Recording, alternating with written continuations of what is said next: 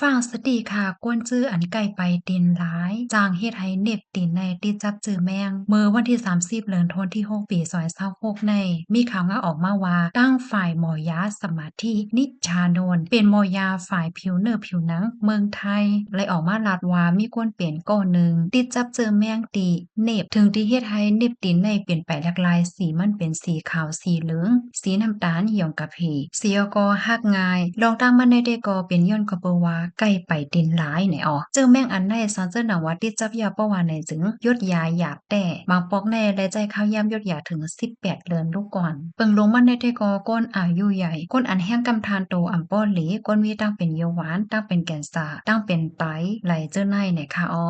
กวนเจออันติดจับเจอแมกตั้งเป็นอันในได้กอกำลังเป็นก้นอายุใหญ่ก้นมีตั้งเป็นเยาหวานก้นแห้งกำทานโต